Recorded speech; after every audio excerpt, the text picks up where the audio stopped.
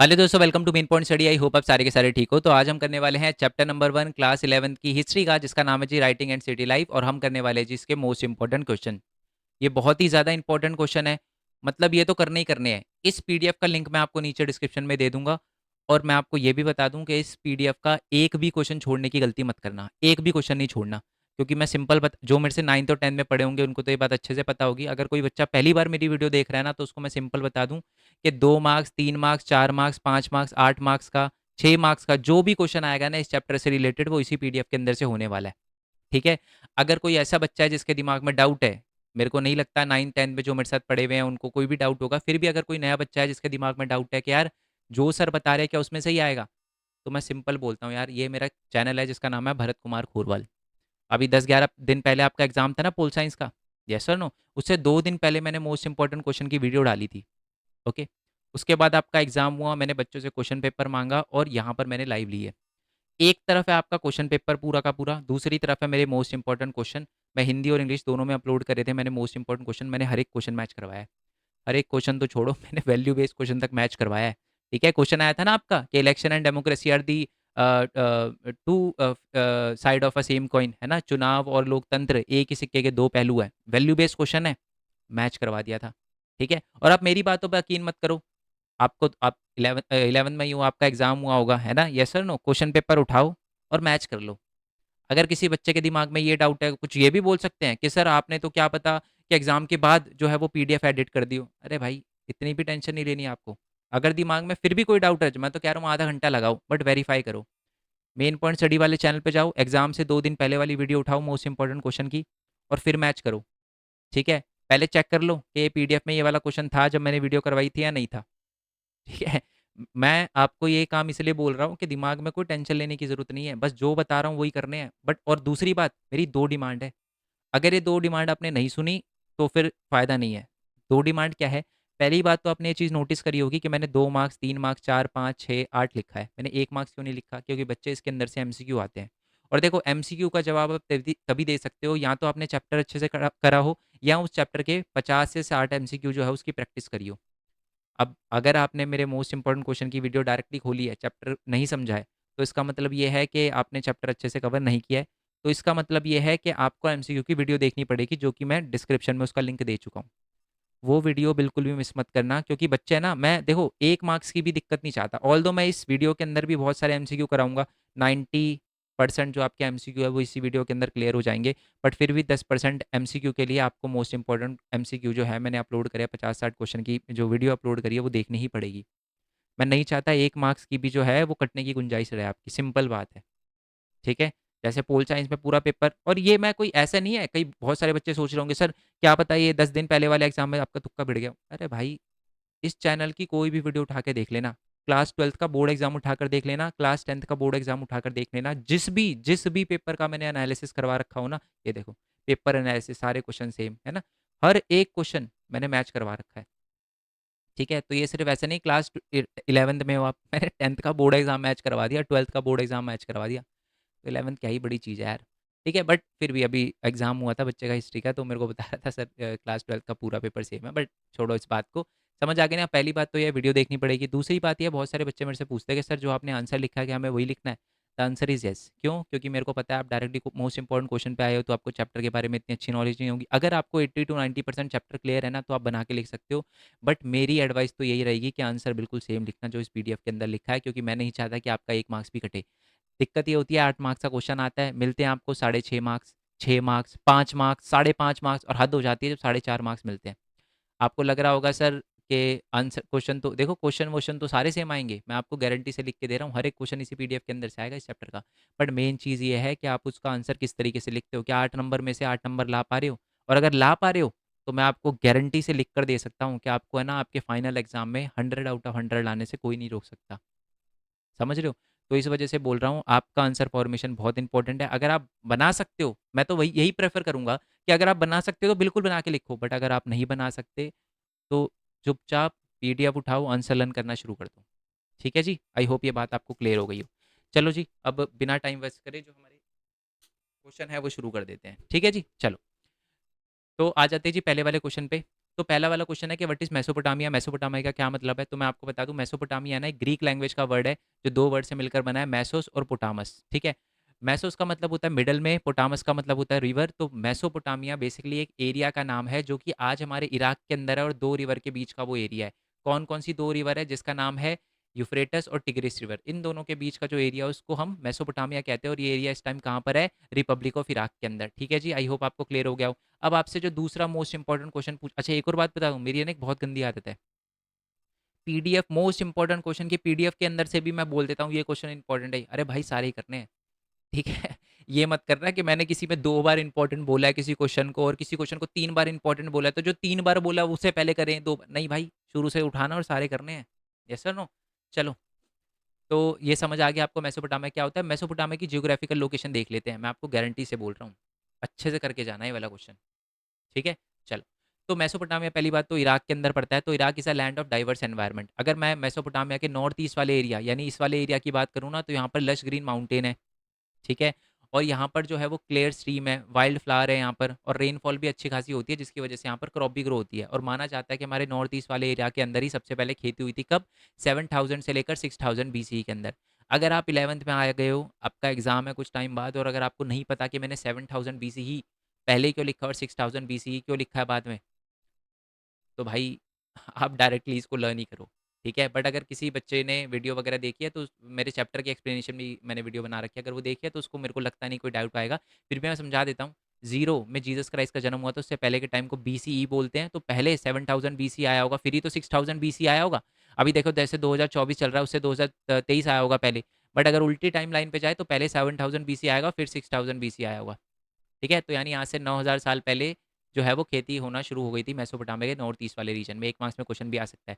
और मेसोपोटामिया के जो नॉर्थ वाला रीजन है वो पूरा स्टेपी का इलाका है, ठीक है? वो अपलैंड है, स्ट्रेच अपलैंड है। आपने देखा होगा, जैसे ये पहले तो मैं बता देता हूँ, ये नॉर्थ वाले एरिया की बात होती है। ऐसे बिल्कुल वो ऐसे ऐसे बड़े-बड़े से मैदान है यहाँ पर, ठीक है? इसी को कहते हैं हम स्टेपी, ठीक है? और यहाँ पर क्या है कि वैसे तो बर्फ़ जमी रहती है, और जब यहाँ पर ज़्यादातर लोग क्या करते हैं, हमारे नॉर्थ वाले इलाके में जो स्टेपी वाला इलाका है, वहाँ पर लोग अपने जानवरों को चराते हैं। ठीक है? और जब सर्दी आ जाती है तो सर्दियों में तो बर्फ़ जम जाती है, और जब बर्फ़ हट जाती है ना, तो जो झाड़ियाँ वगैरह होती है, लोग अपने जानवरों को वहाँ लेकर जाते हैं, और जो लो श्रब्स होते हैं और जो ग्रासेस होती है उनको जानवर खाते हैं। मतलब चाहे वो शीप हो गई, गोट हो गई, ओके? और अगर हमारे मेसोपोटामिया के ईस्ट वाले एरिया की बात करें, नॉर्थ ईस्ट वाला ये हो गया, नॉर्थ वाला हो गया। अगर इस वाले इलाके की बात करें तो यहाँ पर हमारी टिग्रिस रिवर है, और टिग्रिस रिवर जो है वो बहुत इंपॉर्टेंट है कम्युनिकेशन के लिए। किस कंट्री से कम्युनिकेशन के लिए? इराक के साइड में एक कंट्री पड़ती है ईरान, तो ईरान से कम्युनिकेशन के लिए बहुत इंपॉर्टेंट है हमारी यूफ्रेटस रिवर, ठीक है? सॉरी, टिग्रिस रिवर, माफ़ी चाहूँगा, टिग्रिस रिवर, ठीक है? यूफ्रेटस रिवर भी बहुत इंपॉर्टेंट है, अभी बताऊँगा। वो टर्की से ट्रेड करने में यूज़फुल होती है। अभी ये एग्जाम में 1 नंबर में क्वेश्चन भी आ सकता है, यूफ्रेटस रिवर किस लिए इंपॉर्टेंट थी? टर्की से या तुर्की बोलूँ मैं, अब उसका नाम चेंज हो चुका है, तो तुर्की जो है कंट्री, उससे ट्रेड करने में हेल्प करता था। नेक्स्ट आ जाते हैं साउथ। अगर मैं मेसोपोटामिया के साउथ की बात करूँ तो वो सबसे इंपॉर्टेंट एरिया है, क्योंकि माना जाता है सबसे पहले राइटिंग और सिटी जो लाइफ है ना, वो यहीं पर एमर्ज हुई थी।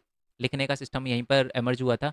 वैसे तो ये रेगिस्तान का इलाका है पूरा का पूरा, बट यहाँ पर फिर भी खेती हो जाती है। क्यों? क्योंकि यूफ्रेटस और टिग्रिस रिवर की जो ट्रिब्यूटरीज है, छोटी छोटी रिवर है, वो नीचे वाले एरिया में आती है, अपने साथ बहुत सारी फर्टाइल मिट्टी लेकर आती है, और इसी वजह से डेजर्ट वाले इलाके में भी खेती होना पॉसिबल हो पाया है। क्लियर है ना? चलो जी, नेक्स्ट वाले क्वेश्चन पे आ जाते हैं। नेक्स्ट वाला क्वेश्चन है कि what are the contribution of Mesopotamian civilisation to the world? ये 8 नंबर वाला क्वेश्चन है, ठीक है? ये आ ही नहीं सकता 3 नंबर में, कोई चांस ही नहीं है इसका 3 नंबर में, या तो 5 में टिकेगा या 8 में टिकेगा, ठीक है? तो मेसोपोटामियन सिविलाइजेशन ने हमारे वर्ल्ड को क्या-क्या दिया है, वो क्वेश्चन है। तो मैं आपको बता दूँ कि मेसोपोटामियन सिविलाइजेशन ने, माना जाता है साइंस जो है ना, साइंस की फील्ड में बहुत सारी जो है चीज़ें हमें प्रोवाइड करी है। येस और नो? और साथ में ये भी माना जाता है कि रेकॉनिंग यानी टाइम वगैरह जो होता है, टाइम कैसे, कितना मतलब टाइम को कि 1 घंटा, है ना? और 2 घंटा कितना होता है, कितने मिनट होते हैं, ये वाला जो चीज़ें हैं, और साथ में मैथमेटिक्स, ये वाली भी जो चीज़ है, ये हमने मेसोपोटामिया से ही माना जाता है, ये लेगेसी है मेसोपोटामिया की, यानी ये चीज़ हमें मेसोपोटामिया से मिली है, साइंस और मैथ्स, ठीक है? नेक्स्ट है कि माना जाता है कि 1800 ईस्वी के अंदर है ना, वहाँ पर हमें एक टैबलेट मिली है जो 1800 बीसीई की है। उस टैबलेट के अंदर बहुत सारे स्क्वायर रूट और मैथ्स के जो है वो क्वेश्चन है, कंपाउंड इंटरेस्ट वाले हैं, स्क्वायर रूट है, डिवीजन वगैरह टेबल है। और है ना, ये जो है ना क्वेश्चन, इस क्वेश्चन का आंसर है ना, ये जो पूरा इक्वेशन लिखी, उसका आंसर ये दे रखा है। और एक्चुअल में अगर इसका आंसर, ये मेसोपोटामिया की टैबलेट में ये लिखा था, और एक्चुअल में इसका आंसर ये निकलेगा, आप देख रहे हो बिल्कुल बहुत हल्का सा आंसर चेंज है। तो ये माना जाता है कि मैथ्स में भी बहुत ज़्यादा अच्छे थे। एग्ज़ाम्पल अब कुछ बच्चे पूछेंगे सर ये लिखने की ज़रूरत है? नहीं यार। अगर आप कर लोगे इक्वेशन तो भाई 8 नंबर लेने से कोई नहीं रोक सकता, बट अगर नहीं ये इक्वेशन लिखोगे तो ऐसा नहीं है कि नंबर कटेंगे। आप सिंपल लिख सकते हो कि 1800 बीसी के अंदर टेबल मिली थी जिसमें स्क्वायर रूट और ये जो है सारी की सारी चीज़ें वगैरह कंपाउंड इंटरेस्ट के बारे में दे रखा था, और उसका जो आंसर था वो बहुत ही नॉमिनल डिफरेंस था उसके अंदर, ठीक है। नेक्स्ट है कि मेसोपोटामिया ने जो वहाँ पर स्टूडेंट थे उनको बहुत सारे क्वेश्चंस करवाए जाते थे मेसोपोटामिया के अंदर, जैसे किसी एरिया किसी फील्ड का एरिया निकालना है ना, और वाटर का कितना डीप है वो निकालना, वॉल्यूम ऑफ वाटर निकालना, ये भी सिखाया जाता था उस टाइम में। माना जाता है कि मेसोपोटामिया ने ही हमको ये बताया है कि एक साल में 12 महीने होते हैं, है ना, एक महीने के अंदर 4 हफ्ते होते हैं, ठीक है, साथ में एक दिन के अंदर 24 घंटे होते हैं, 1 घंटे में 60 मिनट होते हैं, और यही चीज़ हमने मेसोपोटामिया से ली है। साथ में जो क्यूनीफॉर्म लैंग्वेज है, जो लैंग्वेज जो मेसोपोटामिया में यूज़ करी जाती थी। अच्छा, क्यूनीफॉर्म का मतलब क्या होता है? Veg shape word. अब सर वेज शेप क्या मतलब होता है? जैसे अब मैं लिख रहा हूँ, देखो ध्यान से देखें, ये मैंने एस लिखा, है ना? ये मैंने ओ लिखा, ये मैंने यू लिखा, तो देखो कोई भी ऐसे वर्ड जो है ना वो कट नहीं रहा। अब वहाँ पर ऐसी कैसी लैंग्वेज होती थी? ये, है ना? ये बिल्कुल कटेली कटीले वर्ड होते थे। समझ पा रहे हो ना आप मेरी बात? कर्सिंग नहीं होते थे वहाँ पर, है ना? तो ये होता है यूनिफ़ॉर्म लैंग्वेज, तो ये भी माना जाता है मेसोपोटामिया की देन है, ओके? और साथ में मेसोपोटामिया के अंदर से माना जाता है सबसे पहले जो है वो हमारी सिटी लाइफ़ शुरू हुई थी, और जो व्हील होता है ना, जो पहिया है, वो भी माना जाता है कि मेसोपोटामिया की ही देन है। मैं आपको एक और बात बता दूँ कि हम मानते हैं कि जो व्हील है, जो यानी क्या कहते हैं उसको, चक्का है या व्हील, चक्का ही तो कहते हैं, पहिया हिंदी में चक्का ही आ गया, बिल्कुल ही महँगा वर्ड यूज़ कर दिया मैंने, बट जो ये व्हील होता है ना, वो जो है माना जाता है कि ये भी जो है हम मानते हैं कि हमारे इंडस वैली सिविलाइज़ेशन की देन है, वो मानते हैं मेसोपोटामियन सिविलाइज़ेशन की देन है, तो हम इसमें भी लिख सकते हैं, ठीक है। एक्चुअली में ये जो व्हील है वो इजिप्ट का भी माना जाता है, इजिप्शियन सिविलाइज़ेशन, इंडियन सिविलाइज़ेशन यानी इंडस वैली सिविलाइज़ेशन और मेसोपोटामियन सिविलाइज़ेशन, तो ये आप उसमें भी डाल सकते हो, और पॉटर्स व्हील भी एक ही बात है वैसे, पॉटर्स व्हील वगैरह, ठीक है। चलो क्लियर हो गया ना, तो ये पूरा का पूरा आंसर है। नेक्स्ट आ जाते हैं कि river play an important role in the emergence of the civilisation, justify the statement with the context of Mesopotamia. River जो होती है ना किसी सिविलाइजेशन के लिए बहुत ज़्यादा ज़रूरी होती है, ठीक है, आपको बताना है। तो पहले, और मेसोपोटामिया के कौन उसमें बताना है, सबसे पहले तो मैं आपको एक चीज़ बता दूँ, अगर एग्जाम में क्वेश्चन आ जाए ना, इस रिवर की जगह इस रिवर की जगह यूफ्रेटस लिखा हो या टिग्रिस लिखा हो, तब भी सेम आंसर लिखना है। अभी देखो नीचे एक क्वेश्चन आएगा जिसमें यूफ्रेटस लिखा होगा, Euphrates play an very much important role, और वो वर्ल्ड ट्रेड के लिए बहुत इंपॉर्टेंट है, सेम आंसर लिखना है आपको, यस सर नो, दिखा दूंगा फिर भी वो क्वेश्चन, ठीक है। तो जो मेसोपोटामिया है वो सिचुएटेड है दो रिवर के बीच में, है ना, यूफ्रेटस और टिग्रिस रिवर के बीच में, और ये दोनों की दोनों रिवर जो है वो ओरिजिनेट होती है कहाँ से? आर्मेनिया के पहाड़ों से, जो आज के टाइम में टर्की के अंदर पड़ता है। ये वास्ट माउंटेन का रीजन है पूरा का पूरा, और ये क्लाइमेट जो है यहाँ का, वैसे हमारे मेसोपोटामिया का पूरा क्लाइमेट ड्राई है, बट फिर भी यहाँ पर एग्रीकल्चर पॉसिबल हो पाया है सिर्फ और सिर्फ इस रिवर की वजह से। तो अपने को क्या समझ आया कि रिवर की वजह से एग्रीकल्चर प्रोडक्शन जो है वो हो पाया है, ठीक है। और इसी की वजह से एग्रीकल्चर प्रोडक्शन हो पाया, खाना मिल पाया, और इसी की वजह से यहाँ पर लोग जो है वो रहना शुरू हुए हैं। और इसी वजह, यही तो देखो लिखा हुआ है क्वेश्चन, यही था ना, एमरजेंस ऑफ सिविलाइजेशन, लोग एक जगह कभी इकट्ठे होते हैं जब उनको फूड मिलता है, तो यही रिवर जो है बहुत इंपॉर्टेंट रोल निभाती है। साथ में जब क्रॉप प्रोडक्शन ज़्यादा होता है ना, तभी बाकी लोग अपना काम कर पाते हैं। देखो मेरी बात सुनो, कोई इलाका है, वहाँ पर फार्मर बहुत ज़्यादा प्रोडक्शन कर पा रहा है, तभी तो बाकी लोग अपना काम कर पाएँगे, नहीं तो लोहार को भी खेती करनी पड़ेगी कि यार मेरे को तो खाने की दिक्कत आ रही है, कम प्रोडक्शन हो रहा है तो मेरे को अपने लिए करना पड़ेगा। अब जूते वाले जो बनाने वाला है उसको भी अपना काम करना पड़ेगा, जो प्रीस्ट है उसको भी खेती में लगना पड़ेगा। बट क्योंकि किसी एरिया के अंदर क्रॉप प्रोडक्शन इतना ज़्यादा होता है ताकि बाकी लोग भी अपना काम कर पाएँ, और ये भी कहीं न कहीं सिविलाइज़ेशन के लिए और सिटी लाइफ़ के लिए बहुत ज़्यादा इंपॉर्टेंट होता है। तो ये बात लिखी है कि जब जो ज़्यादा प्रोडक्शन होता था ना, तो उसकी वजह से जो प्रीस्ट है, रूलर है, सोल्जर है, वो अपना काम कर पा रहे थे, ठीक है? उनको एग्रीकल्चर करने की कोई ज़रूरत नहीं थी, और साथ में जो नोमैडिक पेस्टलेस कम्युनिटी है, जो एक जगह से दूसरी जगह घूमते हैं, उनके लिए भी रिवर बहुत इंपॉर्टेंट है, क्योंकि देखो हर जगह वो हर घर-घर में जा-जा के पानी तो नहीं माँग सकते, ऐसे तो 1 किलोमीटर बाद दोबारा अब कोई मना कर दे तो पानी के लिए, तो उस समय रिवर उनके लिए बहुत इंपॉर्टेंट सोर्स होता था, और पहले के टाइम में तो घर भी बहुत दूर-दूर हुआ करते थे, ठीक है? तो इसलिए रिवर जो है बहुत इंपॉर्टेंट रोल निभाती है। एक छोटी-सी रिक्वेस्ट मेरी ये रहेगी कि जब ये आंसर लिखो ना आप, ठीक है? तो है ना, थोड़ा मेरे कहने का मतलब है, जैसे देखो पॉइंट्स बना देना इसके।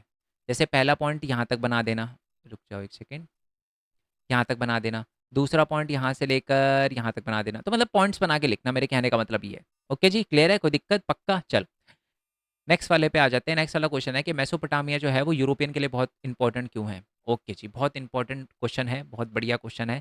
एमसीक्यू भी बनेंगे इससे। अब सुनो, मैं आपको बता दूं कि मेसोपोटामिया कहाँ पड़ता है? इराक में। इराक में ज़्यादातर कौन रहते हैं? मुस्लिम लोग। यूरोप के अंदर ज़्यादातर लोग रहते हैं? क्रिश्चियन लोग। अब ये क्रिश्चियन लोग जो है ना, वो बहुत इंटरेस्टेड थे मेसोपोटामिया के अंदर। मैं आपको बता दूँ, एक न्यूज़पेपर था, ब्रिटिश न्यूज़पेपर था, तो वो तो खुदाई करवाने के लिए पैसे दे रहा था कि करो आप मेसोपोटामिया में खुदाई, हम पैसे देंगे। क्यों? मेसोपोटामिया में खुदाई वो इतना क्यों करवाना, इतना इंटरेस्टेड क्यों थे? इसके पीछे एक स्टोरी है। बेसिकली आपको पता है, मैंने अभी बताया यूरोप में ज़्यादातर लोग क्या रहते थे? क्रिश्चियन। और क्रिश्चियन की सबसे इंपॉर्टेंट बुक कौन-सी होती है? बाइबल। और बाइबल का जो ओल्ड टेस्टामेंट था, है ना? उसकी एक पार्ट था बुक ऑफ जेनेसिस, उसके अंदर एक वर्ड का यूज़ किया गया था शिमार, और ये शिमार वर्ड का मतलब होता है सुमेर, और सुमेर पता है क्या है? मेसोपोटामिया की सबसे पहली बोले जाने वाली लैंग्वेज है, और साथ में सुमेर का मतलब क्या होता है? Brick build city. तो मेसोपोटामिया को यहाँ पर ब्रिक बिल्ड सिटी कहा है। तो कहीं न कहीं है ना, जो यूरोपियन है वो बड़े इंटरेस्टेड है कि यार हमारे बाइबल में शिमार वर्ड का यूज़ किया गया है, ये मेसोपोटामिया से रिलेटेड है। इसलिए वो देखना चाहते थे खुदाई करवा के कि यहाँ पर एक्चुअल में जो ये ब्रिक बिल्ड सिटी है, क्या उस समय यहाँ पर ईंटों से घर बनाए गए थे, नहीं बनाए गए थे? और एक और चीज़ से जो है वो हमारे जो हमारे यूरोपियन लोग हैं बड़ा इंटरेस्टेड है, वो है स्टोरी ऑफ नोआ को लेकर। स्टोरी ऑफ नोआ सर? यस। बेसिकली है ना, बाइबल के अंदर एक कहानी लिखी हुई है जिसमें माना जाता है कि है ना, एक टाइम पर फ्लड से पूरी दुनिया खत्म होने वाली थी, पूरी अर्थ खत्म होने वाली थी, दुनिया नहीं, अर्थ खत्म होने वाली थी। भगवान ने एक बंदे को चूज करा जिसका नाम था नोआ, उसको धरती पे भेजा, और उस बंदे ने पता है क्या किया? एक बड़ी सी शिप बनाई, और हर स्पीशीज का एक एक पेयर अपनी शिप में डाल दिया। और जैसे ही बाढ़ खत्म हुई, उसके बाद दोबारा से जो भी स्पीशीज थी उन्होंने रिप्रोडक्शन वगैरह किया, और उनकी जनरेशन आगे बढ़ती गई।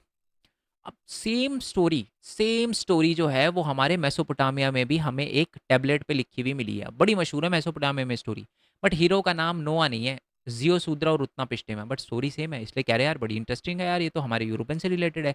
इसी वजह से 1973 के अंदर हमारे ब्रिटिश न्यूज़पेपर ने, जब एक्सपीडिशन खुदाई हो रही थी ना, हमारे ब्रिटिश म्यूजियम ने खुदाई वगैरह करवाई थी इस स्टोरी को देखने के लिए और चेक करने के लिए क्या है स्टोरी किसी टैबलेट में लिखी हुई है, तो उसको ढूंढवाने के लिए जब उन्होंने चेक करवाया, तो ये स्टोरी मतलब इस एक्सपीडिशन में एक ब्रिटिश न्यूज़पेपर था, उसने फंड करा कि जी हम दे रहे हैं पैसे, खुदाई करो, आप करवाओ, और ये जो कहानी है इसका कोई प्रूफ निकालो, मतलब कोई टैबलेट निकालो जिसमें स्टोरी लिखी हो।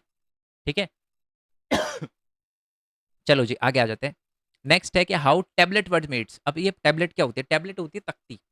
तख्ती बोले तो ये है ना, पहले टैबलेट पे लिखा जाता था। मैं एक बार आप चाहो तो मैं आपको बुक से दिखा, वैसे तो यार पता होगा, इतना तो चैप्टर पढ़ा हुआ है यार आपने, ठीक है यार। ऐसा तो नहीं है कि बिल्कुल आपने बिल्कुल चैप्टर नहीं पढ़ा हुआ, चैप्टर पढ़ा भी ना हो तो टीचर की एक ना एक बार बात सुनी होगी, तो टैबलेट आपको पता होगा। ये होता है टैबलेट, चिकनी मिट्टी से बना हुआ होता है। तो यही पूछा ये कैसे बनाई जाती है टैबलेट? तो मेसोपोटामिया के अंदर है ना, क्ले पर लिखा जाता था, है ना, टैबलेट बनाई जाती थी क्ले की। जो स्क्राइब होता था, स्क्राइब होता है उस क्ले पे लिखने वाला, इस पट्टी पे लिखने वाला, ठीक है?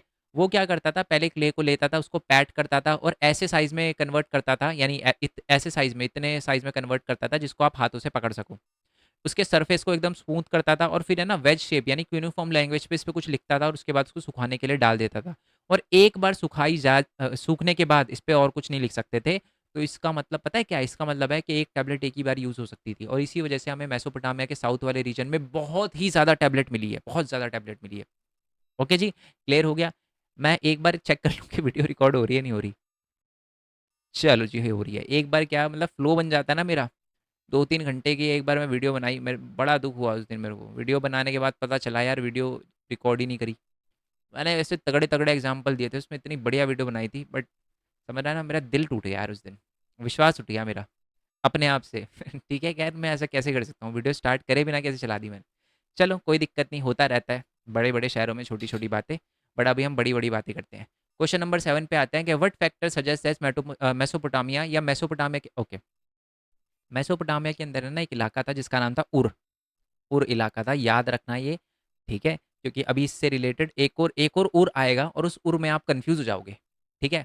अभी बस इतना याद रखो, बेसिकली मैं आपको बता दूँ, मेसोपोटामिया में एक भगवान भी थे जिसका नाम उर था।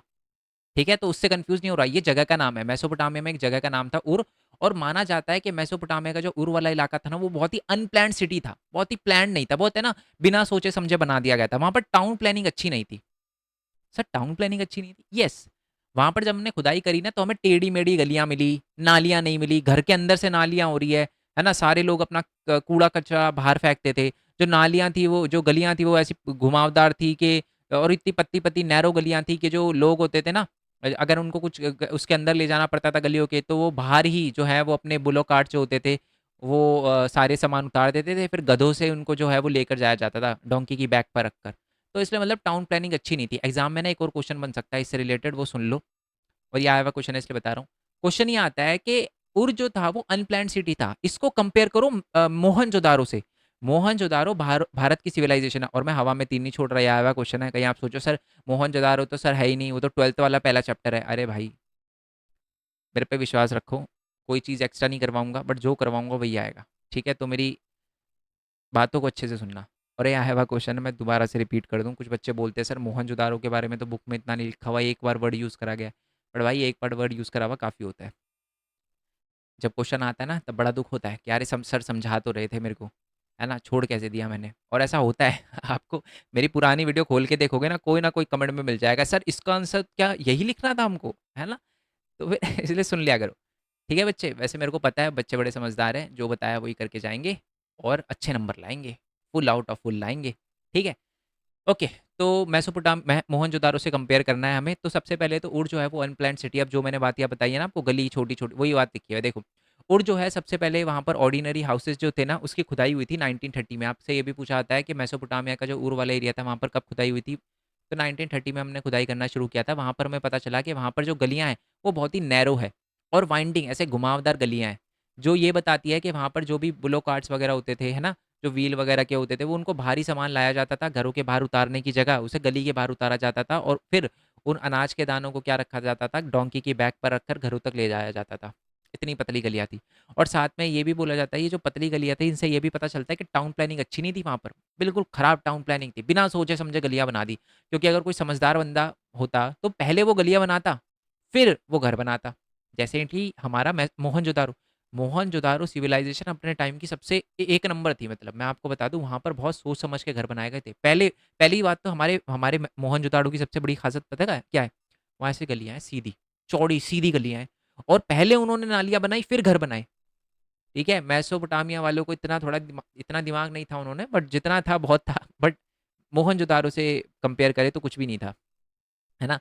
तो पतली पतली गलियां थी, और ये देखा कि टाउन प्लानिंग अच्छी नहीं है। और वहाँ पर जो घर था ना, सारा का सारा जो मतलब कीचड़ वगैरह था ना बारिश के टाइम में, रूफ बिल्कुल है ना इनवर्ट था, यानी जो छत थी ना वो ऐसे थी, ऐसे समझ लो ये घर है ना। तो छत ऐसे होती थी, सारा पानी बीच की तरफ आता था, और उसको पाइप से क्या किया जाता था, या पाइप से किसी भी तरीके से जो है वो होदी वगैरह जो होती थी ना अलग से बनाई जाती थी, इसको होदी वगैरह कह सकते हो आप। या इसको जो भी कोर्ट यार्ड वाला, इनर कोर्ट यार्ड वाला जो भी इलाका था ना, ये वहाँ पर ले जाया जाता था उस पानी को। ठीक है, ऐसा पता है क्यों किया जाता था, इनर ऐसे बीच की साइड में क्यों बनाई जाती थी, घर के बीच में ही पानी इकट्ठा क्यों रखा जाता था, इसका रीज़न ये था क्योंकि है ना अगर वो सीधी बनाते तो सारा, क्योंकि उन्होंने बाहर गलियाँ तो नालियाँ तो बनाई नहीं थी, तो सारा पानी जाता गलियों में, जिसकी वजह से गलियों में कीचड़ होता है, इसलिए वो ऐसे पहले बनाते थे गलियाँ। बट इंडिया में ऐसा नहीं था, मोहनजोदारो में ऐसा नहीं था, हमने सीधी बनाई क्योंकि हम तो नालियाँ बना चुके थे पहले ही। यस और नो।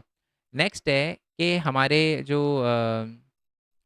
एक और चीज़ है कि मेसोपोटामिया के अंदर दो तीन चीज़ें और है, वो पहले तो मैं बता देता हूँ कि मेसोपोटामिया के अंदर कोई भी है ना वो नहीं थी, क्या नाम था वो, खिड़कियाँ नहीं थी प्राइवेसी के लिए, ये भी बात मैं आपको बता देता हूँ। और दूसरी बात है कि people seem to have swept all their house hold refuse to the street, इसका मतलब है सारा अपना कूड़ा कचरा जो है वो गलियों में डालते थे, जिसकी वजह से गलियों का जो लेवल है ना, जैसे ना गली है ये आपका घर है, तो इतना कूड़ा डालते थे कि जो देखो इतना बड़ा लेवल हो जाता था, मतलब नाली जो गलियां हैं गलियों का लेवल ऊपर उठ जाता था, और इसी वजह से वो अपनी घर की दहलीजें भी ऊपर करके बना, आज हम इंडिया में भी तो बनाते हैं, घर की दहलीजें देखो ऊपर ही करके बनाते हैं। और उसका रीज़न यही था कि अगर मान लो कूड़ा कचरा वगैरह आए, तो जो अगर मान लो जो ज़मीन है थोड़ी सी ऊपर उठ जाए कूड़े कचरे की वजह से, तो ज़्यादा दिक्कत ना आए, इसलिए घर की दहलीजें और ऊपर बनवाते थे वो। ठीक है, क्लियर है, कोई दिक्कत, पक्का। आगे बढ़ जाते हैं जी। ये क्वेश्चन मैं आपको पहले बता चुका हूँ कि आपको सीधा यूफ्रेटस और टिग्रिस रिवर की खासियत पूछी जा सकती है, ऊपर जो आंसर था वही लिखना है। ठीक है, बस इसमें थोड़ा सा मैंने एक एग्जांपल और दे दिया है कि जो हमारा यूफ्रेटस रिवर थी कहाँ से निकलती थी, याद है ना, टर्की से, तुर्की में कहाँ से, हमारा माउंटेन वगैरह से निकलती थी तुर्की के। और कौन सा माउंटेन था नीचे कमेंट बॉक्स में बताना, ऊपर बता चुका हूँ मैं आपको। ओके, माउंटेन से निकलती थी वो तुर्की के, बता दूं क्या आपको, कम बताना यार कमेंट बॉक्स में, क्योंकि अगर आप एमसीक्यू यहाँ पर कवर नहीं कर पा रहे ना तो फिर दिक्कत आएगी। वैसे तो मैंने बताया जैसे मैं एमसीक्यू की वीडियो में क्लियर करवा ही दूंगा, बट फिर भी ठीक है। मैं आपके अ, दिमाग में कोई डाउट नहीं छोड़ना चाहता, तो आर्मेनिया के माउंटेन थे वो। ठीक है, नहीं चाहता यार कोई छूट जाए, फिर आप सोचते रहोगे यार कौन सा माउंटेन था, ठीक है, आर्मेनिया के लिए। ओके, तो वही बात लिखी हुई है, देखो सबसे पहले तो ट्रांसपोर्टेशन ऑफ गुड्स के लिए, फूड ग्रेन्स के लिए, एसेंशियल आइटम्स के लिए बहुत इंपॉर्टेंट था। क्योंकि देखो अगर आप जानवरों की बैग पे रख के ले जाओ, बुलो कार्ट पे रख कर ले जाओ, तो आपको उनको एक टाइम कंज्यूमिंग भी होता था, इसमें टाइम लगता था, रिस्क वगैरह भी होता था, है ना। और बहुत दिक्कत ये थी, अब जानवरों को आप जब बुलो कार्ट को ले जा रहे हो तो उस जानवर को खिलाना भी तो पड़ेगा। बट सबसे ईजी और सबसे चीपेस्ट जो ट्रांसपोर्टेशन का मीन था वो हमारा वाटर वे ही था, यूफ्रेटस रिवर ही था, जो कि बहुत इंपॉर्टेंट रिवर मानी जाती थी, और वर्ल्ड ट्रेड के लिए वेल ट्रेड रूट था ये, कहीं ना कहीं ईरान से ट्रेड करने के लिए, और मैं आपको बताऊं तुर्की से ट्रेड करने के लिए यूफ्रेटस रिवर बहुत ज़्यादा इंपॉर्टेंट थी। क्लियर है, कोई दिक्कत? पक्का। आगे बढ़ जाते हैं जी नेक्स्ट वाले क्वेश्चन पे। नेक्स्ट है कि development of the city was the outcome of rural prosperity, explain it in the context of Mesopotamia. देखो वो बता रहा है कि development of the city was the outcome of rural prosperity. पहले मैं इसका आंसर समझाता हूँ, उसके बाद रीड करूंगा। देखो देखो, वो बोल रहा है कि जब गांव प्रोस्पेरस होंगे ना, तभी शहर बनेंगे, तभी सिटी डेवलप होगी। इसका रीजन बताओ। देखो देखो ध्यान से सुनना, सिंपल है। अगर गांव प्रॉस्परस कब होगा? जब गांव में ज्यादा प्रोडक्शन होगा खेतों में। अब जब खेतों में ज्यादा प्रोडक्शन होगा तो वो खेतों का प्रोडक्शन कहाँ भेजा जाएगा? सिटी में भेजा जाएगा। और सिटी के लोगों को जब ये तसल्ली होगी कि हाँ भाई हमारे लिए खाना इनफ है, हमें खुद खेती करने की जरूरत नहीं है, तो इनके दिमाग से ये टेंशन निकलेगी और वो बाकी अपना काम करेंगे, है ना। बाकी चीजों में इंगेज हो पाएंगे, जैसे कि मान लो वो सर्विस में, ट्रेड में, है ना। और जैसे कि मान लो मतलब बाकी जैसे कह सकते हो कॉबलर वगैरह में, कपड़े बनाने में, है ना, और प्रीस्ट वगैरह के काम, ये थोड़ा इंगेज हो पाएंगे। तो इसलिए जहां जहां पर रूरल प्रोस्पेरिटी है ना, वहीं वहीं पर सिटी जो है वो एमर्ज होना शुरू हो जाती है। ये बात लिखी है। The development of the city were the outcome of rural prosperity, the agriculture surplus, वही है ना, एग्रीकल्चर में जब ज्यादा प्रोडक्शन होता है तो रूरल पॉपुलेशन जो है उसकी ग्रोथ होती है, और इसी की वजह से अर्बन सेंटर को वो सारा का सारा प्रोडक्शन जाता है, जिसकी वजह से जो हमारा अर्बन एरिया है उसको भी अपॉर्चुनिटी मिल पाती है कि वो खेती के अलावा बाकी चीजों पे फोकस कर पाए। ठीक है, आ जाते हैं जी नेक्स्ट क्वेश्चन पे। Why were there often clashes between the animal herder and farmer of Mari. पहले तो बता देता हूँ, मारी के बारे में अलग से भी क्वेश्चन पूछा आता है, दो तीन चीजें बेसिक बता देता हूँ मारी के बारे में जो एमसीक्यू में पूछी जाती है। मारी है ना एक रॉयल टाउन था। क्या था? Royal town. ठीक है ना, चलो। दूसरी बात है, मारी का जो मेन राजा था ना उसका नाम था जिम्रिलिम। वो एमोराइट्स, एमोराइट्स दोबारा से बोल रहा हूँ, एमोराइट्स ट्राइब से था, और वो पूजा करते थे डेगन की। अभी वैसे नीचे आएगा ये क्वेश्चन, और ये एमसीक्यू में भी करवाऊंगा। डेगन की पूजा करते थे। डेगन कौन होते हैं, किस चीज के देवता होते हैं? तो डेगन जो थे वो हमारे गॉड ऑफ स्टेपी थे। क्लियर है ना, कोई दिक्कत नहीं है ना। अब आते हैं मेन चीज पर, सर मारी के अंदर जो एनिमल हर्डर है, यानी जो जानवरों को चराने वाले लोग हैं, उनके और फार्मर के बीच में दप्पड़दू क्यों हो जाती थी, लड़ाई क्यों हो जाती थी? सरकारी स्कूल वाले दप्पड़दू वर्ड का मतलब जानते हैं, लड़ाई झगड़ा, है ना। बस ये है कि यूज मत करना लड़ाई झगड़ा, ठीक है, बट समझ गए ना आप। चलो, अब आ जाते हैं जी, एनिमल हर्डर और फार्मर के बीच में लड़ाई क्यों होती थी? इसका सिंपल रीजन है दोस्त, सिंपल। देखो बात क्या थी। मान अब ये जो एनिमल हर्डर होते थे ना, एक जगह से दूसरी जगह घूमते रहते थे, तो ये क्या करते थे, कभी कभार फार्मर के पास जाके फार्मर का जो खाना है, जो प्रोडक्शन है, वो चुरा लेते थे। इसकी वजह से फार्मर इन पे खुन्नस में रहता था कि भाई तू, क्योंकि अब देखो फार्मर इसे पकड़ भी नहीं सकता, क्यों, इसका कोई घर तो है नहीं, ये तो अपने जानवरों को लेकर इधर से उधर घूमता रहेगा। दूसरी बात है कि एनिमल हर्डर भी फार्मर को लेकर गुस्सा थे। क्यों? क्योंकि जो फार्मर होता था वो क्या करता था, मान लो ये फार्मर का खेत है, यहाँ पर उसकी एक रिवर जा रही है, यहाँ से जो है वो एनिमल हर्डर जा रहा है अपने जानवरों को लेकर, और वो चाह रहा है कि मैं रिवर, ये एरिया क्रॉस करके रिवर के पास जाऊँ। तो फार्मर क्यों चाहेगा कि भाई उसकी खेत खराब हो जाए? तो फार्मर उसको जाने नहीं देता था, जिसकी वजह से उसको बड़ी दिक्कत आती थी, जैसे घूम के जाना पड़ता था। इसके लिए इन दोनों के बीच में दप्पड़ तो होती ही रहती थी। क्लियर है। और कहीं ना कहीं पेस्टलिस्ट जो थे, यानी ये जो जानवर चलाने वाले लोग थे, ये कहीं ना कहीं अर्बन लाइफ के लिए थ्रेड भी थे। क्यों? क्योंकि इनका कोई परमानेंट घर नहीं होता था, राजा भी इसको शंका की नज़र से, है ना, मतलब देखता था कि यार ये कुछ गड़बड़ ना कर दे इलाके के अंदर, और चोरी चकारी तो ये करते ही थे, जैसे हमने देख ही लिया, है ना। मैं जो हमारे फार्मर थे मेसोपोटामिया के, वो इसलिए तो इनसे परेशान थे, या मारी के बोलूँ, एक ही बात है, मारी मेसोपोटामिया के अंदर ही तो पड़ता है। चलो जी, आंसर देख लेते हैं अब क्या लिखा है। There were the number of the factor responsible for the conflict. पहला रीज़न ये था कि मारी के जो शेपर्ड्स थे, जानवर चराने वाले, वो अपने जानवरों को लेकर जो है वो कभी कभार खेतों का रास्ता क्रॉस कर देते थे पानी की तलाश में, और इसी की वजह से खेत वगैरह डैमेज हो जाते थे, क्रॉप वगैरह डैमेज हो जाते थे, और जो फार्मर है वो गुस्से में आ जाता था। जो शेपर्ड्स थे कभी-कभार क्या करते थे, विलेज में इन्वेड भी कर देते थे और वहाँ पर वो जो कम्युनिटी ने जो खाना वगैरह इकट्ठा कर रखा होता है ना, उसको लूट लेते और प्लंडर करते थे। प्लंडर का मतलब भी लूटना ही होता है वैसे। समटाइम्स जो फार्मर है वो भी क्या करता था, एनिमल हर्डर को परेशान करने के लिए उन्हें मना कर देता, भाई मेरे रास्ते से नहीं जाएगा तू, मेरे खेत से नहीं जाएगा, और इसी की वजह से इन दोनों के बीच में दप्पड़ होती रहती थी। Some group of the herder use to serve as agriculture labour, वो एग्रीकल्चर लेबर की तरह भी काम, वैसे ये जो हर्डर थे ना वो एग्रीकल्चर लेबर की तरह, ये वाला पॉइंट है ना, ये तब आपको लिखना है कि अगर आपको क्वेश्चन आता है कि इनका रिलेशन बताओ, अगर वर्ड आता है रिलेशन, तो रिलेशन में बुरा रिलेशन तो देख लो, ये स्टार्टिंग के पॉइंट। अगर अच्छा रिलेशन पूछा जाए तो आपको ये लिखना है कि इनके बीच में अच्छे रिलेशन भी थे, क्योंकि कभी कभार ये जो हर्डर होते थे, है ना, ये एक जगह से दूसरी जगह घूमते थे, तो कभी कभार जो फार्मर है उनको अगर लोगों की जरूरत पड़ती थी तो हर्डर उनकी हेल्प करते थे, इसके बदले में जो फार्मर है उनको फूड वगैरह भी देता था। ठीक है, तो ये एक दूसरे की हेल्प भी करते थे, तो इनके बीच में अच्छे रिलेशन भी थे, बुरे भी थे, बुरे तो मैंने लिख दिए, अच्छे भी थे, ये भी लिख दिया मैंने। ठीक है, आ जाते हैं जी नेक्स्ट प्रश्न पे। नेक्स्ट क्वेश्चन है हमारा कि वाई वर्दी मोबाइल, ये इस वर्ड का मतलब था मोबिल होता है वैसे तो, mobile animal herder not necessarily a threat to the town life. ठीक है, मतलब इसमें अच्छाई करनी है कि जो हमारे मोबिल का मतलब होता है जो एक जगह से दूसरी जगह घूमते रहते हैं, जो हमारे एनिमल हर्डर्स थे, जो जानवरों को लेकर एक जगह से दूसरी जगह घूमते थे, क्या आपको लगता है कि वो अगर मैं आप वो मतलब वो जो थे वो टाउन लाइफ के लिए थ्रेट नहीं थे? आप एक्सप्लेन कर सकते हो कैसे? बिल्कुल। तो आपको बताना है कि ज़रूरत पड़ने पे वो फार्मर की हेल्प भी करते थे और वो खेतों को जो है ना वो फर्टाइल करने में, क्योंकि वो जानवर अपने साथ लेके चल रहे हैं, तो जानवर जो है वो जब खेतों में मैन्योर वगैरह मैं समझ गया ना, मतलब समझ रहे हो ना कि अपना वेस्ट वगैरह ये जब खेतों में डालेंगे तो वो खाद बन जाएगा, तो फार्मर को फ़ायदा होगा, तो इस वजह से। ठीक है?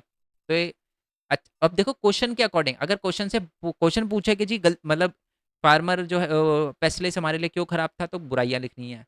ठीक है, और आप अगर वो पूछे कि थ्रेड नहीं था ये एक्सप्लेन करो, तो अच्छा ही लिखनी है।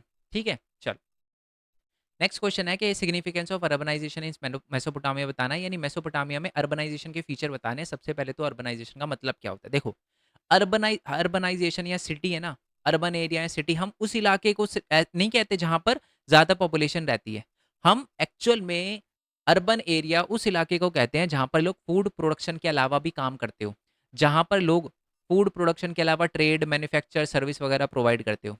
ठीक है, और जहां के लोग जो हो ना वो सेल्फ सफिशिएंट ना हो, क्या बोला मैंने, cease to be self sufficient ना हो, बल्कि ये डिपेंडेंट हो किस पे, विलेज पे, किसके लिए, खाने के लिए, है ना, उसी जगह को हम असली शहर कहते हैं। दिल्ली शहर है क्यों, दिल्ली को शहर इसलिए बोला जाता है, यहाँ पर तो कोई क्रॉप प्रोडक्शन होता नहीं है, वो नजफगढ़ वाले एरिया में होता है थोड़ा बहुत, है ना, उसके अलावा तो क्रॉप प्रोडक्शन, हमारा सारा खाना तो हरियाणा से आता है, अब सारा खाना मेरा पंजाब से आता है या मेरा यूपी से। अब ध्यान से सोचो, अगर मान लो लेट्स अज्यूम मेरे दिमाग में ये घूमता रहता है खाना कहाँ से आएगा, खाना कहाँ से आएगा, तो क्या मैं आप बैठ के यहाँ पर वीडियो बना रहा होता आपके लिए, नहीं, मैं तो खेती कर रहा होता, है ना। तो बेसिकली ये डिपेंडेंट होते हैं शहर वाले लोग, हम भी डिपेंडेंट है, गांव वाले लोग हमारे पे डिपेंडेंट है, हम गांव वाले लोगों पे डिपेंडेंट है। यस और नो, बट गांव की लाइफ बड़ी पीसफुल होती है यार। ठीक है, अभी कुछ टाइम पहले ही मैं हिमाचल प्रदेश गया था, ओए होए होए होए, क्या बढ़िया जगह थी, मज़ा आ गया मेरे को। मैं फ़ोटो वगैरह भी, वैसे तो आप मेरे को क्या ही इंस्टाग्राम पे फॉलो करोगे, मन करेगा तो कर लेना फॉलो, बाकी इंस्टाग्राम पे भी मैं हूँ। ठीक है, बट ठीक है, बट बढ़िया जगह थी भाई। एक चीज़ मेरे को अच्छी नहीं लगी जो मैं आपको बोलूँगा, वो मैं बता देता हूँ आपको। रेड बस जो है ना रेड बस से कभी बस मत करना यार, बहुत ही गलत लोग हैं। गलत लोग से मेरे कहने का मतलब बुद्धि कम है उनमें। ठीक है, और जब ज़रूरत पड़ती है तो फ़ोन ही नहीं उठाते, समझ रहे हो? तो एक्स्ट्रा पैसे देने का कोई फ़ायदा नहीं है, इससे अच्छा आप अपने लोकल ट्रैवलर के पास जाओ, उतने पैसे उसे ही दोगे ना, वो बंदा आपको घर तक छोड़ के आएगा। मतलब बढ़िया सर्विस है, रेड बस को छोड़ के आप बाकी पे कर सकते हो। मेरा पर्सनल एक्सपीरियंस बिल्कुल अच्छा नहीं रहा, मैं गया हुआ हूँ बहुत बार रेड बस से, बट ये वाला एक्सपीरियंस मेरा इस टाइम जो हुआ ना, वो मेरे को लगा कि थोड़ा-सा सही नहीं है, इसकी वजह से भाई मैं रेड बस प्रेफ़र वगैरह नहीं करता अब, या नहीं करूँगा अब। आप भी अगर करो तो सोच समझ के करना, सारी चीज़ें देखना। अगर वैसे लोकल अगर आपके एरिया हो ना तो वोकल फॉर लोकल ये वाला रखो। तो लोकल अगर आपका कोई हो जान-पहचान का ट्रैवलर जो आपसे 200-300 रुपए एक्स्ट्रा लेके आपको अगर बस में बढ़िया सर्विस देके भेज रहा है, तो उस पे जाओ। क्यों 500 1000 रुपए देने एक्स्ट्रा, है ना? बंदा इसलिए देता है क्योंकि झंझट ना मिले, फ़ोन पे आपको सर्विस मिल जाए, है ना? वो बंदे फ़ोन उठा ही नहीं रहे। मैं आपको कहानी सुनाता बट अभी आपका एग्ज़ाम है तो छोड़ो यार। चलो, there is a continuous interaction among them, मतलब सिटी के अंदर एक खासियत होती है, यहाँ पर लोगों का एक-दूसरे से इंटरेक्शन होता रहता है, क्योंकि देखो मैं शहर के लोग तो एक-दूसरे पे डिपेंडेंट होते हैं। मेरे को लोहे का काम कराना है, मैं लोहार के पास जाऊँगा। मेरे को शूज़ का करवाना है, मैं कॉबलर के पास जाऊँगा। मेरे को खाना खरीदना है, मैं सुपरमार्केट जाऊँगा। मैं सब्ज़ी वाले भैया के पास जाऊँगा। मेरे को एक जगह से दूसरी जगह जाना है, मैं ऑटो रिक्शा वाले भैया के पास। मेरे हम हमारा इंटरेक्शन बिल्कुल होता ही रहता है। गाँव में बहुत कम होता है इंटरेक्शन, क्यों? सारे का सारा काम बंदा अपना खुद ही कर रहा है। कपड़े फट गए, वो खुद सिल रहा है। जूते फट गए, वो खुद सिल रहा है। खेती वो खुद कर रहा है। खाना वो खुद बना रहा है। सारा काम वो खुद कर रहा है, तो गाँव में इतना नहीं होता, शहरों में इंटरेक्शन बहुत ज़्यादा होता है। और यहाँ पर एक खासियत होती है स्पेशलाइज़ेशन। शहरों की एक खासियत होती है स्पेशलाइज़ेशन, यानी यहाँ पर है ना जो काम होता है ना, सब जैसे मान लो देखो, गाँव में क्या है कि एक बंदा अगर खेती करता है, तो ऑब्वियस सी बात है कि वो सिलाई-कढ़ाई में ज़्यादा अच्छा नहीं होगा, उसके कपड़े फट गए तो वो सिल तो लेगा, बट बढ़िया तरीके से नहीं सिल पाएगा। बट हमारे अर्बन एरिया के अंदर क्या है कि स्पेशलाइज़ेशन है। अगर मैं लोहे का काम करने के लिए किसी को बुलाऊँगा, तो भाई वो सब जोड़ देगा। मतलब बढ़िया काम करेगा। तो यहाँ पर स्पेशलाइज़ेशन ऑफ वर्क होता है, ये भी खासियत होती है, एग्ज़ाम में अलग से क्वेश्चन पूछा जा सकता है कि specialisation of work is the unique feature of urbanisation, explain how. तो आपको बताना है, यहाँ पर स्पेशलाइज़ेशन ऑफ वर्क होता है और डिवीज़न ऑफ लेबर होता है, यानी हर बंदे का काम बँटा हुआ होता है। पढ़ाने के लिए टीचर, है ना? खेती करने के लिए फार्मर, वैसे तो फार्मर तो गाँव वाला था, बट है ना? बैंक की मतलब बैंक की सर्विस के लिए बैंक, और मतलब सारे के सारे लोगों के काम बँटे हुए होते हैं। सब्जी के लिए सब्जी वाले भैया हो गए, है ना? सोने का काम कराने के लिए सुनार के पास, तो ये बँटे हुए होते हैं, ठीक है? और इसी वजह से रिटर्न रिकॉर्ड की ज़रूरत पड़ती है। अब देखो गाँव में सारा का सारा बंदा अपना काम खुद ही करता है, तो उसको कोई ज़रूरत पड़ती नहीं, है ना? उसको रिटर्न रिकॉर्ड की क्या ज़रूरत है? वो सारा काम तो खुद कर रहा है अपना। शहर के अंदर क्या है कि मैं 4 बंदों के पास जा रहा हूँ, मैं अब देखो कपड़े सिलवाने जा रहा हूँ। मैंने बोला भैया सिल देना, कहता भैया 1 नंबर सिलूँगा, आप टेंशन मत लो। क्या नाम था? मनीष मल्होत्रा, बिल्कुल आपको डिज़ाइनर वाले कपड़े बना के दूँगा, आप टेंशन मत लो। मैंने कहा भाई कब? कहता 2 दिन। मैंने कहा भाई प्रूफ़? कहता है ये लो पर्ची फाड़ के दे दी। हो गया ना? तो यानी रिटर्न रिकॉर्ड की ज़रूरत पड़ती है शहरों में। ओके? चलो। नेक्स्ट वाले आ जाते हैं नेक्स्ट वाले क्वेश्चन पे कि give a brief description of making of the seal. ये क्वेश्चन बहुत इंपॉर्टेंट है, ये 3 नंबर में पूछा जाता है और बहुत बेसिक क्वेश्चन है कि सील बनती कैसे है?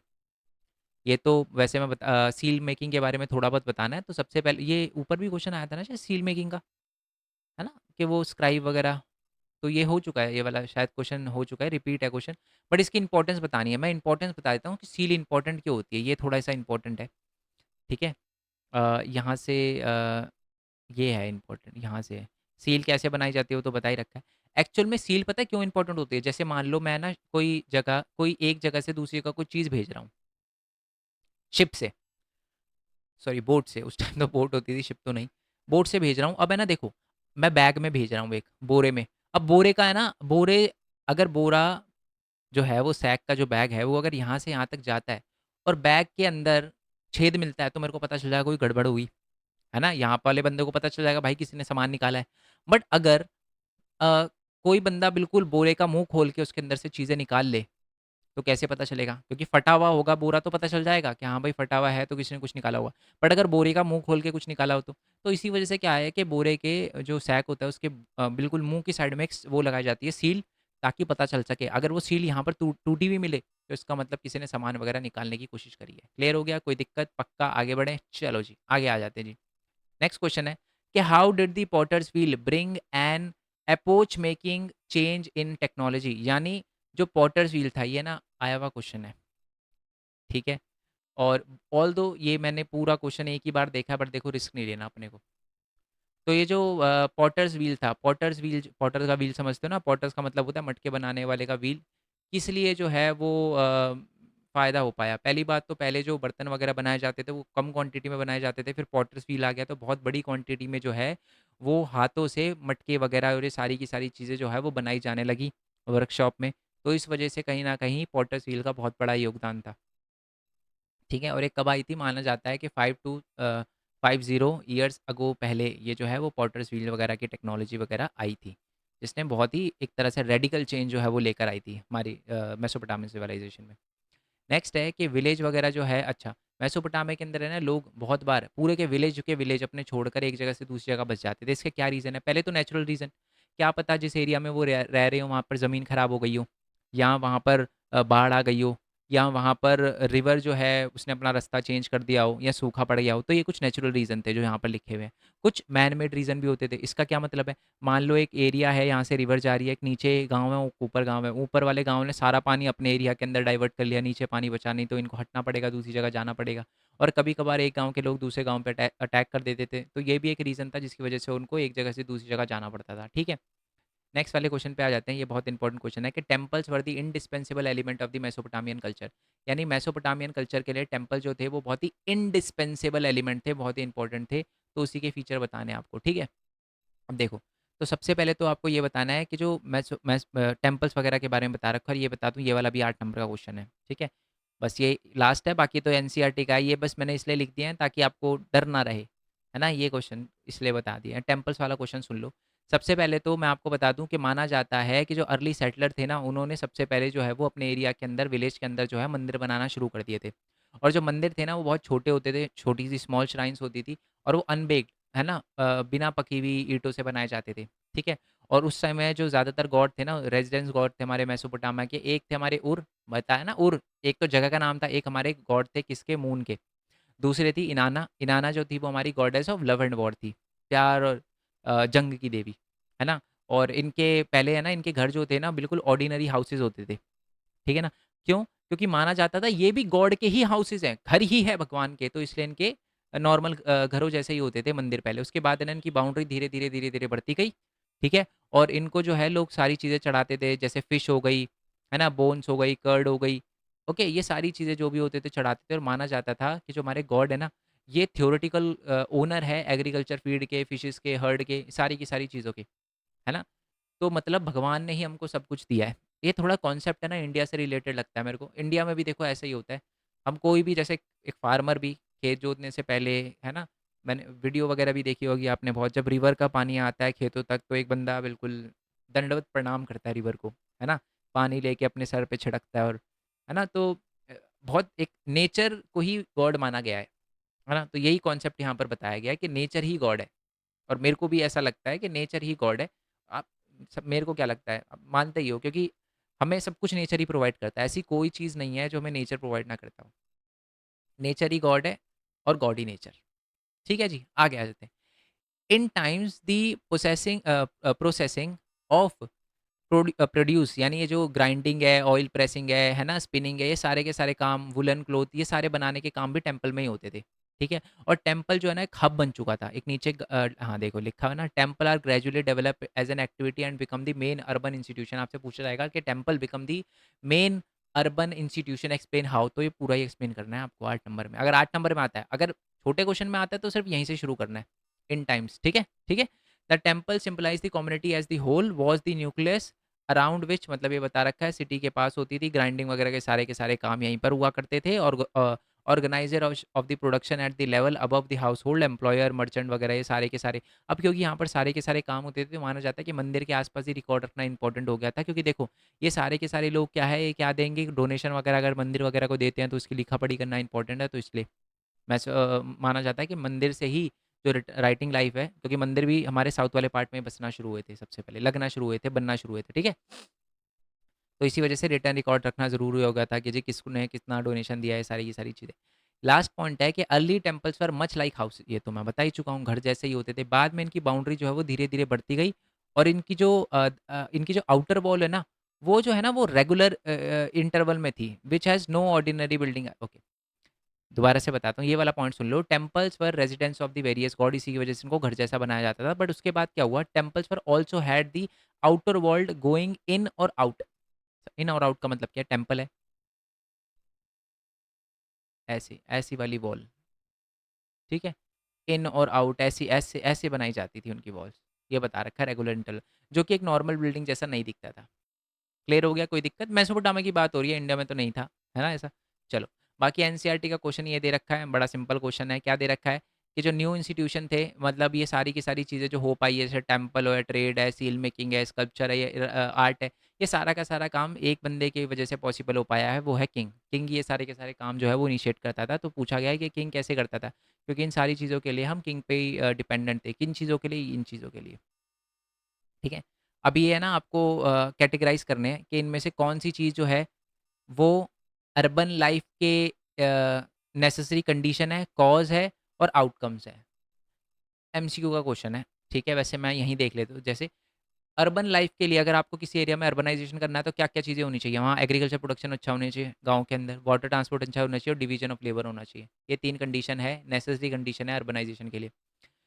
अर्बनाइजेशन के लिए कॉज़ क्या है? क्या कारण होते हैं? जब आपके एरिया के अंदर मेटल्स वगैरह कम होते हैं, तभी तो आप ट्रेड वगैरह करते हो, तो वो अर्बनाइजेशन हो गया। आपके एरिया के अंदर जब ये कॉज़ में लिखा है ना, the cause of early urbanisation.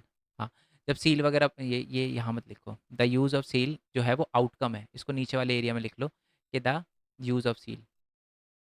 यहाँ लिख लो इसको, ठीक है? क्योंकि आउटकम है। अर्बनाइजेशन होने की वजह से जो है वो सील का यूज़ होना शुरू हुआ है और मिलिट्री और laboratory of the king made the labour compulsory. तो इसकी वजह से भी अर्बनाइजेशन हो पाया, क्योंकि लेबर कंपल्सरी हो गया तो प्रोडक्शन तो ज़्यादा करना पड़ेगा, क्योंकि जो लेबर है वो अब खेती तो कर नहीं पाएंगे। और ये आउटकम दे रखा है, एफिशिएंट वाटर ट्रांसपोर्ट हो जाता है और ट्रेड और सर्विस जो है वो डेवलप होती है और यूज़ ऑफ सील। ये सारे काम जो होते हैं ये बेसिकली आउटकम्स है हमारी सिटी लाइफ के। ओके जी। एक-एक क्वेश्चन आई होप आपको पता चल गया हो। पीडीएफ का लिंक आपको नीचे डिस्क्रिप्शन में दे रखा है। बाकी सारे चैप्टर का लिंक आपको नीचे डिस्क्रिप्शन में दे रखा है। एमसीक्यू की वीडियो का लिंक आपको नीचे डिस्क्रिप्शन में दे रखा है। साथ में हमारा एक दूसरा चैनल है मेन पॉइंट टेक का, इसको सब्सक्राइब करना मत भूलना। मैं ये बताता हूँ इस पे एक स्टूडेंट अर्न कैसे कर सकता है। क्लियर है? कोई दिक्कत? पक्का? चलो जी, बाकी इस चैनल को सब्सक्राइब कर लेना। मिलते हैं जी नेक्स्ट वीडियो में, तब तक के लिए थैंक यू सो मच। जय हिंद, जय Bharat, Vande Mataram. Thanks for your support. Bye bye.